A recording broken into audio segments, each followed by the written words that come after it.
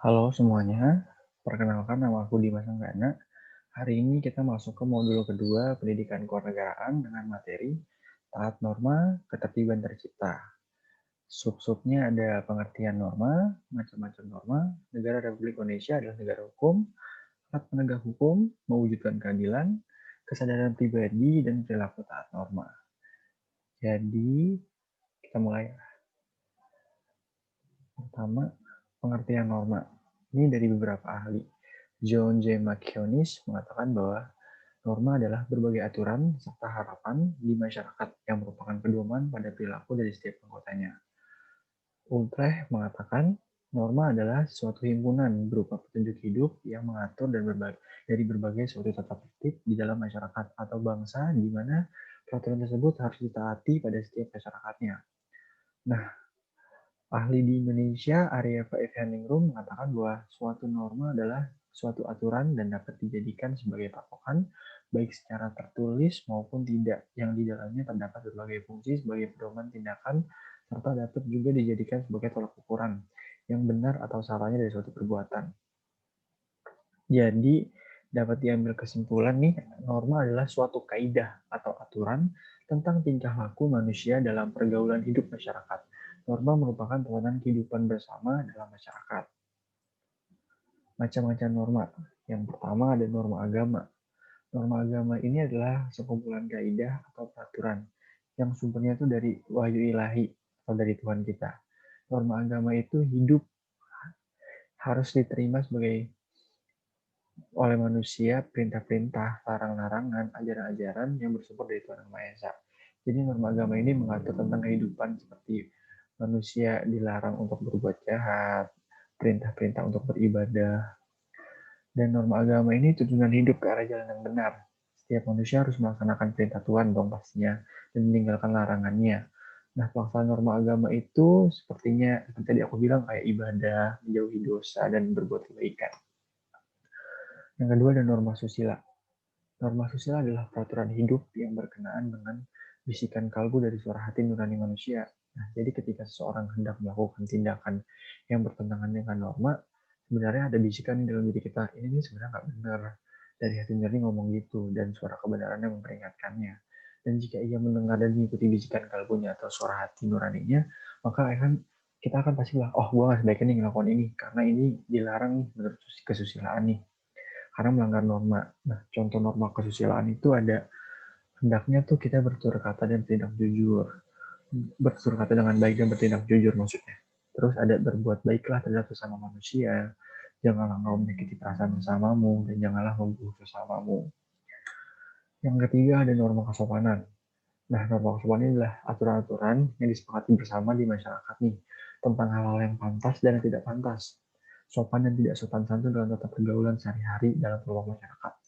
Norma kesopanan ini terkait sama kehidupan ya, budaya, dan adat istiadat di lingkungan masyarakat, serta kebiasaan-kebiasaan suatu kelompok masyarakat yang bersifat lokal dan tidak berlaku umum untuk seluruh dunia. Jadi kalau misalkan di Indonesia kita wajib salim misalnya ke orang yang lebih tua, di luar negeri mungkin nggak kayak gitu. Jadi ini norma yang mengatur tata kehidupan, adat istiadat, pergaulan-pergaulan di suatu lingkungan.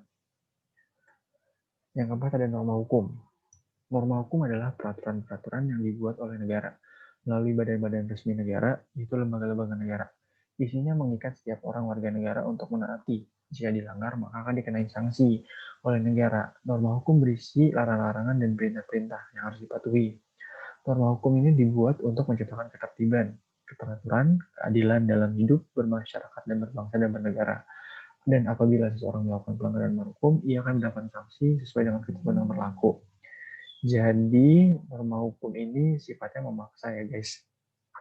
Dan terdapat sanksi sesuai dengan ketentuan atau sesuai pelanggaran yang kita lakukan. Contohnya apa? Misalnya kita melanggar lalu lintas, pasti kena tilang dong. Nah itu ada sebabnya, ada akibatnya lah istilahnya. Kalau norma hukum ini dan dikenai sanksi. Nah, negara Indonesia ini adalah negara hukum. Diatur di dalam pasal 1 ayat 3 Undang-Undang Dasar tahun 1945 dikatakan bahwa negara Indonesia adalah negara hukum Dan apa maksudnya? Negara hukum adalah negara yang berdasarkan atas hukum. Segala tindakan warga negara maupun penyelenggara negara harus berdasarkan hukum dan dapat dipertanggungjawabkan secara hukum. Jadi apapun yang kita lakukan, baik kita maupun pemerintah, itu ada dasar hukumnya. Nggak bisa kita bersewenang-wenang menggunakan kekuasaan. Nah, ciri-ciri negara hukum ini menurut Prof. Ismail Sani adalah satu, menjunjung hukum. Yang kedua, adanya pembagian kekuasaan. Yang ketiga, adanya pelindungan terhadap hak asasi manusia. Dan keempat, dimungkinkan adanya peradilan administrasi. Indonesia sebagai negara hukum tentu menerapkan aturan hukum dalam penyelenggaraan pemerintah maupun dalam kehidupan masyarakat, berbangsa dan bernegara. Dalam negara hukum, tiap warga negara memiliki kedudukan yang sama di hadapan hukum. Artinya, siapapun yang bersalah harus dihukum sesuai ketentuan yang berlaku.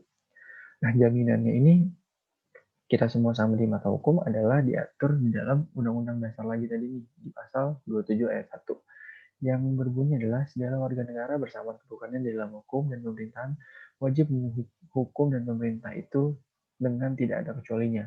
Jadi mau kita warga negara maupun pemerintah, kita wajib menjunjung tinggi hukum dan semua orang sama di mata hukum. Alat penegak hukum yaitu adalah orang-orang yang benar-benar bekerja untuk menegakkan hukum. Ini ada polisi, ada jaksa, ada hakim. Nah ini kenapa Hotman Paris ini pengacara. Jadi kalau polisi ini tugasnya mengayomi masyarakat untuk menjunjung tinggi dan menaati aturan hukum.